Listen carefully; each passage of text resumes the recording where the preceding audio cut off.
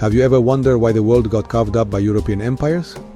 Why banks, corporations, and governments seem to move in sync to grab land, labor, and loot from across the globe?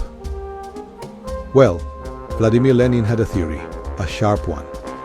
And in 1916, he dropped a political grenade that changed how we understand economics, war, and global power. Politics nerds, economy buffs, and history detectives. This is Ronald, and welcome back to another video of the Wanderlust Ron channel. Today, we're breaking down Lenin's 5 characteristics of imperialism in a way that's fast, fascinating, and deeply relevant. If you're into big ideas, geopolitical drama, and history that still echoes today, smash that like button, subscribe, and let's dive into this explosive theory. Lenin saw imperialism not as a random power grab, but as the final desperate stage of capitalism. When domestic markets dried up, capitalists went global. Colonies weren't about culture, they were about cash flow. Let's break it down. First, capitalism naturally leads to monopolies. Companies merge, crush competition, and dominate entire sectors. Lenin said, "We're no longer in a free market. We're in an age of mega-capitalists calling the shots." Sound familiar?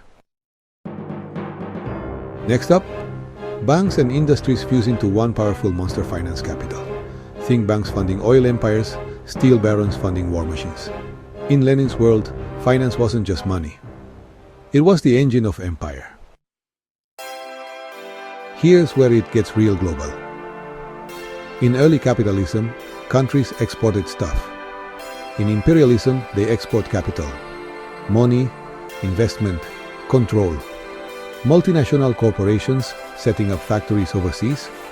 That's Lenin's third sign, a system looking abroad for survival. Lenin said capitalist empires divide the world among themselves. Think oil companies carving up the Middle East, railroad kings controlling Africa. It's not just politics, it's profit. And they cooperate just enough to not destroy each other, until they do. By the early 1900s, every inch of the globe was claimed. No new land to grab, no new markets to find. So what happens when empires bump into each other? War. Lenin believed World War I wasn't about honor. It was about capitalist powers colliding in a world already carved up. Now you don't have to agree with Lenin to see the echoes today: mega corporations, bank and industry alliances, resource grabs in the global south. The theory is controversial, it's political, it's sharp, but it forces us to ask, who benefits from global power? And what happens when the system runs out of room to grow? So, what do you think? Was Lenin right? Is imperialism really just capitalism in crisis?